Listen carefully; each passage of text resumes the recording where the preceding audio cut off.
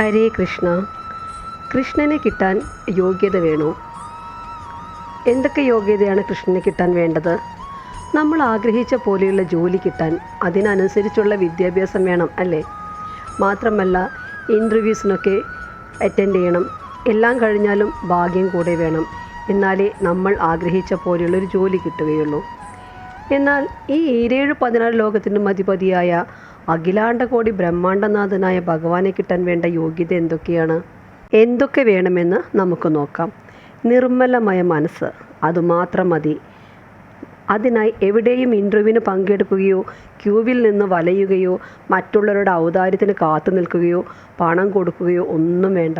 നല്ലൊരു മനസ്സ്, അതുമാത്രം മതി. നിങ്ങൾക്കിനി വ്രതങ്ങൾ ഒന്നും എടുക്കാൻ പറ്റുന്ന സാഹചര്യത്തിലല്ലെങ്കിൽ പോലും, അമ്പലത്തിൽ പോകാൻ സാധിച്ചില്ലെങ്കിൽ പോലും, നിങ്ങൾ സത്യം, നീതി, ധർമ്മം, ദയ, പരോപകാരം, കരുണ ഇവയൊക്കെ അനുസരിച്ച് ജീവിക്കുന്ന ഒരാളാണെങ്കിൽ ഭഗവാൻ നിങ്ങൾക്കൊപ്പം ഉണ്ടാവും. ഏതാപത്തിൽ നിന്നും എന്തൊക്കെ പ്രതിസന്ധി ഉണ്ടായാൽ പോലും അതൊക്കെ നിങ്ങളെ സംബന്ധിച്ച് നിസ്സാരമായിരിക്കും. കാരണം ഭഗവാൻ നിങ്ങളിലുണ്ട്. ഭഗവാൻ കൃഷ്ണൻ ഒരു നിമിഷം കൊണ്ട് വിരൂപയായ കുബ്ജയെ അതിസുന്ദരിയാക്കിയ കഥ കേട്ടിട്ടുണ്ടോ? കൂനിയും വിരൂപയും ഒക്കെയായിരുന്നു കുബ്ജ. 3 വളവുകൾ ഉണ്ടായിരുന്നു അവളുടെ ശരീരത്തിന്. അത് കാരണം എല്ലാവരും അവളെ കളിയാക്കുകയും കാണുമ്പോൾ മാറിപ്പോവുകയും കുട്ടികൾ കല്ലെറിയുകയും ഒക്കെ ചെയ്യുമായിരുന്നു. ആർക്കും ഇഷ്ടമായിരുന്നില്ല അവളെയെങ്കിലും അവൾക്ക് ആരോടും ഒരു പരാതിയോ പരിഭവമോ ഒന്നും ഉണ്ടായിരുന്നില്ല. മാത്രമല്ല എല്ലാവരോടും ദയയും അനുകമ്പയും എന്ത് സഹായം വേണമെങ്കിലും ചെയ്തു കൊടുക്കാനും സന്നദ്ധയായിരുന്നു. കംസന് സുഗന്ധലേപനങ്ങളും ചന്ദനലേപനങ്ങളും ഉണ്ടാക്കി കൊടുക്കലായിരുന്നു അവളുടെ ജോലി. സുന്ദരികളെ മാത്രമേ കംസൻ കൊട്ടാരത്തിൽ ജോലിക്കായി നിയമിച്ചിരുന്നുള്ളൂ. എന്നിട്ടും ഈ കൂനിയായ കുബ്ജയ്ക്ക് ജോലി കിട്ടുവാനുള്ള കാരണം എന്തായിരുന്നു എന്ന് വെച്ചാൽ, കുബ്ജ വളരെ വിശിഷ്ടമായ സുഗന്ധ തൈലങ്ങൾ ഉണ്ടാക്കുമായിരുന്നു. അവൾ ഉണ്ടാക്കുന്ന ചന്ദന ലേപനങ്ങൾക്കും സുഗന്ധ ലേപനങ്ങൾക്കും വളരെയേറെ പ്രത്യേകതയുണ്ടായിരുന്നു. ദൂരേക്ക് വരെ അതിൻ്റെ സുഗന്ധം വ്യാപിക്കുകയും ഏറെ നേരം നിൽക്കുകയും ചെയ്യുമായിരുന്നു. അവൾ സ്വന്തമായി ഉണ്ടാക്കുന്ന കൂട്ടായതുകൊണ്ട് മറ്റാർക്കും ഉണ്ടാക്കാനും കഴിയുമായിരുന്നില്ല. കംസന് വളരെയേറെ ഇഷ്ടമായിരുന്നു കുബ്ജയുടെ സുഗന്ധ ലേപനങ്ങൾ.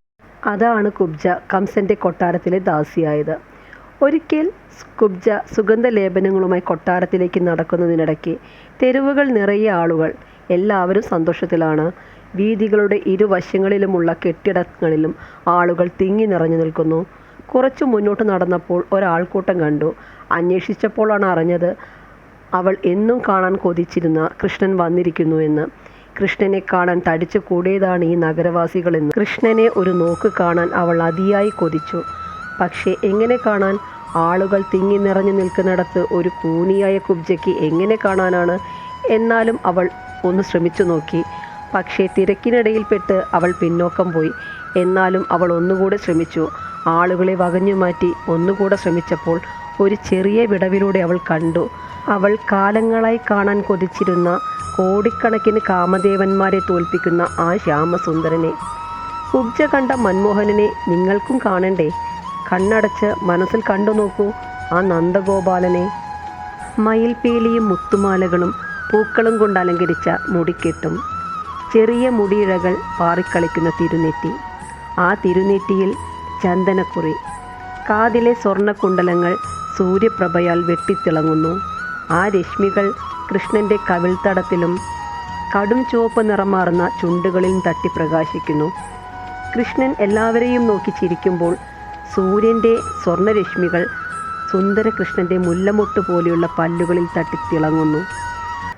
മഞ്ഞപ്പട്ടുടുത്ത് വിവിധ തരത്തിലുള്ള മുത്തും പവിഴവും വജ്രങ്ങളും പതിപ്പിച്ച ആഭരണങ്ങളാലും തിളങ്ങി നിൽക്കുന്ന കൃഷ്ണനെ ഒരു നോക്കു കാണാൻ കുബ്ജയ്ക്ക് സാധിച്ചു. അപ്പോഴേക്കും ആൾക്കൂട്ടം കുബ്ജയെ തള്ളി പിറകിലേക്കാക്കി.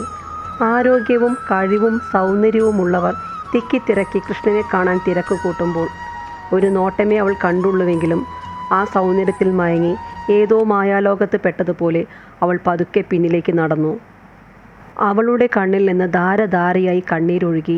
വർഷങ്ങളായി കൊതിക്കുന്നതാണ് കൃഷ്ണനെ ഒരു നോക്ക് കാണാൻ. അത് സാധിച്ചിരിക്കുന്നു. അവൾ പതുക്കെ പിൻവാങ്ങി. എന്നാൽ എല്ലാം അറിയുന്ന കൃഷ്ണൻ ആളുകളെ വകഞ്ഞു മാറ്റി കുബ്ജയ്ക്ക് നേരെ നടന്നു. എന്നിട്ട് വിളിച്ചു, ഹേ സുന്ദരി, ഒന്നു നിൽക്കൂ. തിരിഞ്ഞു നടന്ന കുബ്ജ പെട്ടെന്ന് നിന്നു. ആരെയാണ് കൃഷ്ണൻ സുന്ദരി എന്ന് വിളിച്ചത്?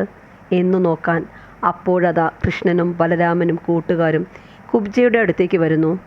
അവിടെ ഉണ്ടായിരുന്ന ജനക്കൂട്ടം സ്തബ്ധരായി നിൽക്കുന്നു. ആർക്കും ഒന്നും മനസ്സിലായില്ല.